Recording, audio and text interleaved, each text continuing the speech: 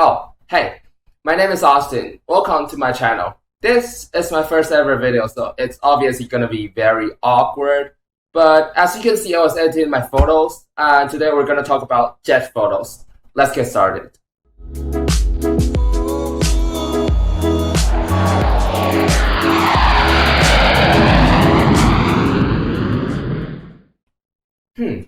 So, have you ever got frustrated on JetPhotos because you get rejections one after another, and your rejections are simply everywhere?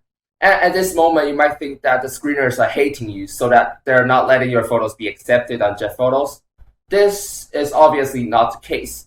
So today, I'm gonna talk about how you should edit your photos on JetPhotos. On the screen, you can see the file that we're gonna use as our example for today. A good start to begin with would be leveling off the horizon. To level off the horizon, go to the top right corner of Lightroom and click on the crop tool. By rotating this tool, you'll be able to set the horizon to whatever you feel satisfied with. And to make the horizon leveled, you have to make sure that these gray lines, these gray vertical lines from the grid, are parallel to the vertical lines in the background.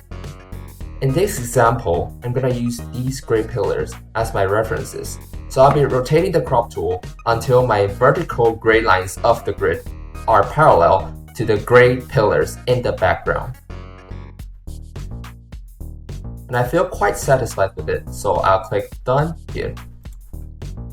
If you now still feel kinda unconfident about the result that you just got, you can always enlarge your photo and drag the reference line that you've just used to the edge of your workspace.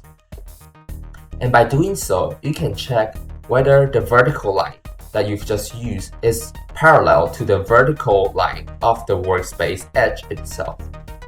And now it seems that the lines are parallel to each other. So we'll head on to the next step. Let's center the aircraft. To meet JetPhotos standards, you want to make sure that you don't have too much dead space around the aircraft itself. In other words, you don't want to have too much space between the aircraft and the edge that you're gonna crop with. Besides centering the aircraft horizontally, you want to also center it vertically. And to center it vertically, you want to make sure the two distances that I'm gonna mention are the same from each other. The first distance is between the bottom edge of the aircraft and the bottom edge of your frame. The second distance is between the top edge of the aircraft and the top edge of your frame. If you now still feel uncertain whether the distances that I've just mentioned are the same from each other, you can always physically use a ruler to measure the actual distance on the screen and then compare whether they're the same from each other. Now, after we've centered the aircraft, go down to lens corrections and make sure that these two options, these two boxes are checked. These two things do the things as explained by themselves. But to keep this video simple, I'm gonna leave them alone and not explain what they do exactly. And then let's go back up to basic part where the serious stuff begins. First off, let's adjust our white balance. To adjust it, you can always use the white balance selector tool to let Lightroom automatically decide what color temperature is most appropriate for this particular photo. However, in my opinion, Lightroom does a bad job very often, so we'll adjust it manually in this case. And for this photo, I feel that the color itself is already quite nice, so I may not be adjusting it. But the general rule for JetPhotos is to avoid color temperatures that are too cold or too warm. If a photo looks too cold, it'll have a blue tint on it. And if it looks too warm, it'll look very orangish. And these colors will lead to rejections. And also, you want to avoid color tints that are too green or too purple. If it's too green, it'll look perhaps like this, or too purple, like this. And these also lead to rejections, so avoid them. In the past, you might want to dive right into these sliders and start using them without thinking too much. So supposedly, you might be like this. Whites, let's go, 21, good. 42 for blacks, very punchy, nice. A bit dark, so we'll go with 100 shadow, and then a bit bright, so highlights down to 43. Lacks some contrast, so perhaps contrast 57, quite good. Lacking some color, let's go with vibrant 657, and perhaps saturation 69. Looks good. So now I'm uploading it to JetPhotos. But please do not do this at home. Why? Because this kind of edit often lead to JetPhotos rejections. Before you start using these sliders here, you should be looking up at the histogram. But what does histogram tell? Let me now explain. Alright, so now you're looking at histogram. And what does it tell you? It is a graphical representation of the information such as brightness, colors, etc. that is captured in your image. As you've seen in the previous slide, there are two axes constituting histogram.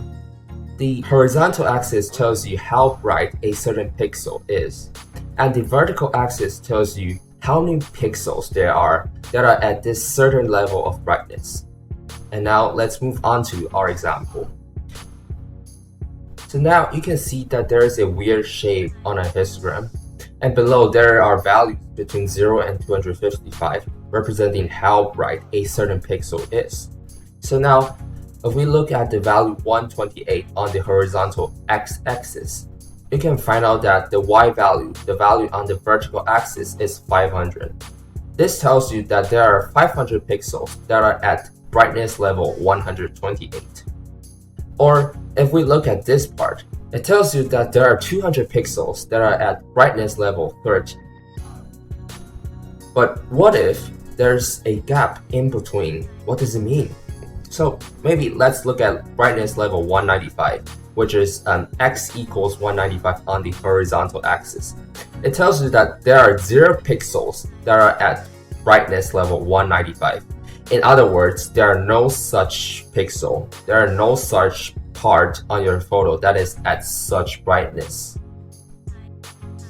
And so histogram can be divided into 5 main parts, which are blacks, shadows, midtones, highlights, and whites. And they represent pixels on your photo from the darkest to the brightest. And now let's look at our real-life example. So now if we look directly at the 3 photos, you can easily tell that the middle one is correctly exposed while the one above is underexposed and the one below is overexposed. If we compare the results of the histogram with the actual photo, it's quite easy to understand what histogram is trying to tell you. If the photo is correctly exposed, you can see that most of the information sits in the central part of your histogram. However, if you have an underexposed photo, most of the information is on the left side of your histogram. Whereas if you have an overexposed photo, then most of the information is on the right side of your histogram. Histogram not only tells you how bright your photo is, but also tells you how much contrast there is on your photo. So if you have a photo that is correctly exposed and has sufficient contrast, you should see that most of your pixels, most of your information sits in the central part of your histogram. And there are also tiny bits of information on both sides. However, if you have a photo that is correctly exposed but lacks contrast, you'll see that most of the information still sits in the central part of your histogram. However, there are no information on the 2 sides. On the contrary side, if you have a photo that is correctly exposed but however has too much contrast, you will see that there are a lot of information that is crammed to both sides of your histogram. And this is bad because this also leads to JetPhotos rejections. So you want to make sure that your histogram looks something like this, where most of the information sits in the central part, while there are some tiny bits of information on both sides of the histogram. So now after we've understood what histogram is trying to do, let's clear up the mess that we've just done. So now if we look at the histogram, there are 2 weird peaks on my graph. The first peak is on the left side, and the second peak is on the right side, which is really gigantic. So let's talk about these 2 peaks. So the first one, why are there so many pixels on the left side? So this may be caused by the black parts of the delivery, or it may also be caused by the darker parts of the terminal building. And then what about this huge peak? Well, my guess would be it is caused by the bright blue sky up here, because the sky takes up a really large proportion of this image. So it is quite reasonable to have such a huge peak right here. So with all the information, we can now start trying to interpret this histogram. So the way that I interpret my histogram is to kind of ignore the weird peaks of my graph. So I'll be kind of ignoring this part and also this part. And I'll try to make the rest of my graph, on average, sit in the middle part of my photo. So now there are two methods that you can edit your photo. The first one is to directly use the sliders. So for example, if you want to make the photo darker, you can use the exposure slider and slide it to the left and make it darker. Or you can also move the cursor onto the histogram, and you'll see that if I place my cursor on different sections of the histogram, it'll tell you that I'm on the whites, highlights, midtones, shadows, and blacks section. If you place your cursor, for example, on the midtone section and you drag it to the right, it'll make the photo brighter. And this is equivalent to using the slider down here, as you can see. So now let's adjust our exposure.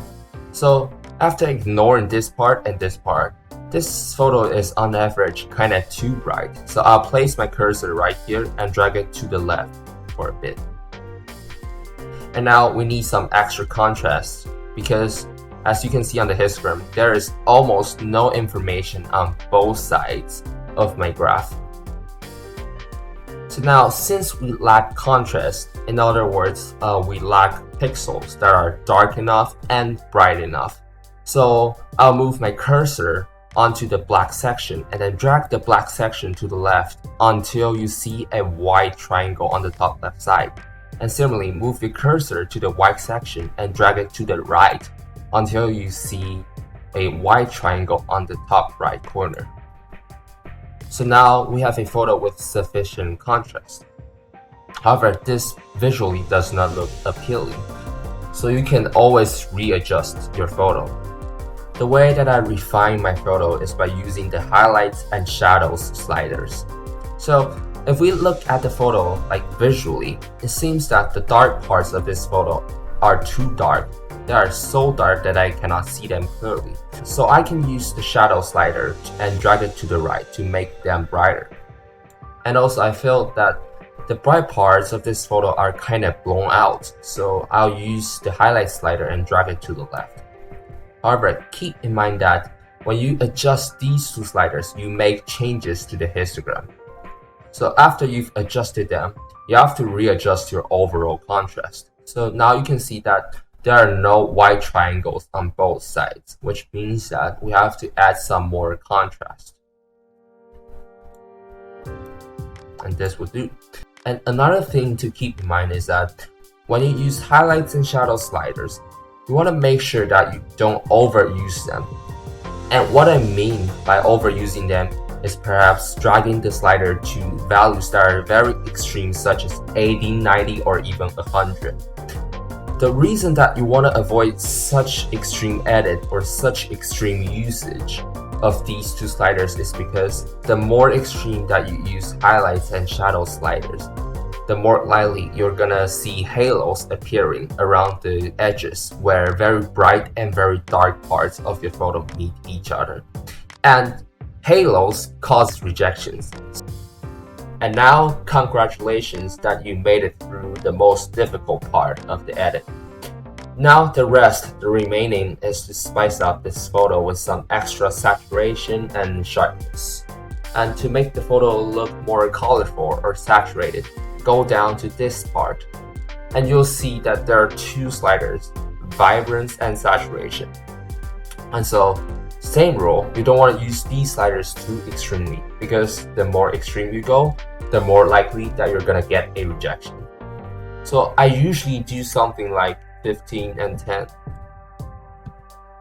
And there's one thing to keep in mind is that there is a subtle difference between vibrance and saturation. However, as long as you don't go too far with these two sliders, you shouldn't be noticing the difference between them. And now let's move on to the last part, sharpening the photo. So close up the basic panel and open up detail panel. And here you can see a sharpening section. And the sliders that we'll be using are amount and masking. And also there are values on the right that you can use as a reference. So to demonstrate this part, I'll be enlarging my photo. If I drag the amount slider to the right, you'll see that my image becomes very sharp. And if I drag it to the left, like to 0, you'll see that it becomes very soft. The same rule for JetPhotos. Being extreme equals getting rejected.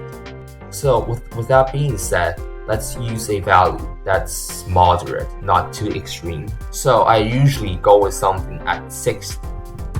But there is still one slider that I have mentioned but haven't used yet. It's the masking slider. If I hold down Alt and then drag this slider, you can see this special effect. And what this does is that it sharpens the white area of the photo and does not sharpen the black area. And the benefit of doing this is to avoid weird halos, which causes rejections on JetPhotos. So you want to drag this slider until you're not sharpening the unnecessary parts of your photo. So I'll be going with 30 in this case. And now we're done with this photo, and we can upload it onto JetPhotos. So guys, thank you so much for watching to the end. If you do like my content, be sure to click the like button, or you can also smash the like button if you want to. And also subscribe so you don't miss out any future upcoming videos. And for now, bye bye.